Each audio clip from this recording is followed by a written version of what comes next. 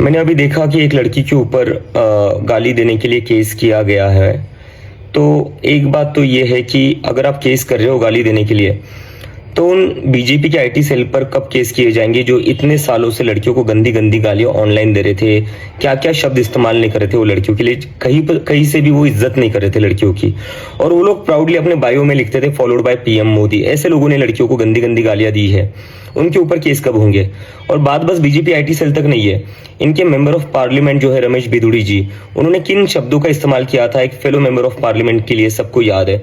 UP के जो CM है योगी आदित्यनाथ, उनका एक वीडियो भी आया था जहां पर जो एनआईए का कैमरा पर्सन था उसके लिए भी उन्होंने गालियां दी थी। तो ये क्या चल रहा है, इस देश में दो कानून चल रहे हैं क्या? यूथ के लिए एक अलग कानून है और बीजेपी और उनके नेताओं के लिए अलग कानून है। और गाली देना कोई अपराध नहीं है, गाली देना इज नॉट अ क्राइम। अगर कोई गाली देता है वो बुरा हो सकता है, वो बुरी बात हो सकती है, तो उसको आप समझाइए, उसको आप कहिए कि गाली मत दो। लेकिन केस किस बात पर किया जा रहा है?